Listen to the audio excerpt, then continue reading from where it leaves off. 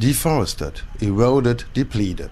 This piece of land in Ethiopia is a typical example of the consequences of a failed agriculture.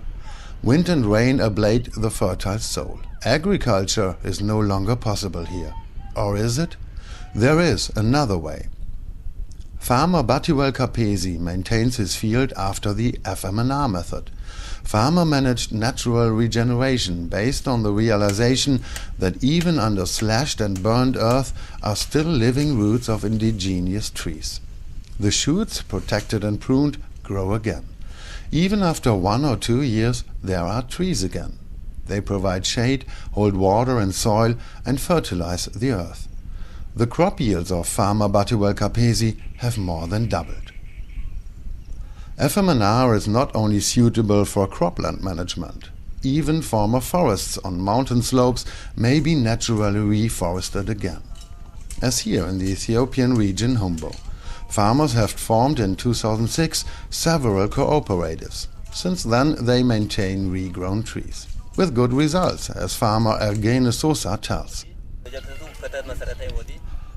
We all benefit. The forest provides firewood, saves water, protects our fields from floods and landslides. We harvest more. Our children can go to school and eat better. They are healthier. In addition, children do no longer die in the floods that came down from the mountain in former years. The Australian Tony Rinaldo has developed FMNR and brought the method to farmers in Ethiopia. Meanwhile, the method is used in 20 countries. 20 million hectares of forest and farmland are green again. Rinaldo expects 90 million hectares that could be cultivated only in World Vision projects to FMNR. Initially, persuasion was hard work. Initiate this project was very complex. It was a new type of project for World Vision, and so we have great difficulties in initiating it. And now to come back and to talk to the project manager and the local community, it's surprising even to me.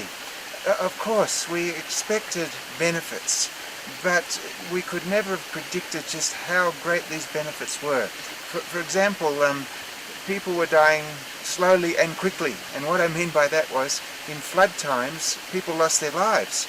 So serious was the erosion and the flooding off this mountain. And people were regularly hungry, so there was slow death and quick death. And yet, through this simple approach of giving the community the management rights and the ability to benefit from the forest, they've addressed so many issues. Flooding has stopped. Malnutrition is right down because people are growing better crops. There's less damage to their crops, the soil is more fertile. Children are able to go to school because they're not spending all day looking for firewood, looking for water. In an adjacent area, which was also only barren wasteland a few years ago, life has returned. Together with the trees, also 13 springs reappeared. A river carries now water the entire year. Children do not need to walk far to fetch water. They now have more time for school. I just feel deep satisfaction that the struggle, the effort of not only myself, in fact my struggles were minimal compared to the World Vision staff here who were on the ground day in, day out, taking the measurements, preparing the people. All of those struggles were more than worth it. And in fact in World Vision terms, everything that we're trying to achieve through child sponsorship, child well-being, health, education, a bright future, all of these things are being addressed through this simple project. So to me it's very exciting. So do you feel too much happy? In Ethiopian English, yes, I'm too much happy.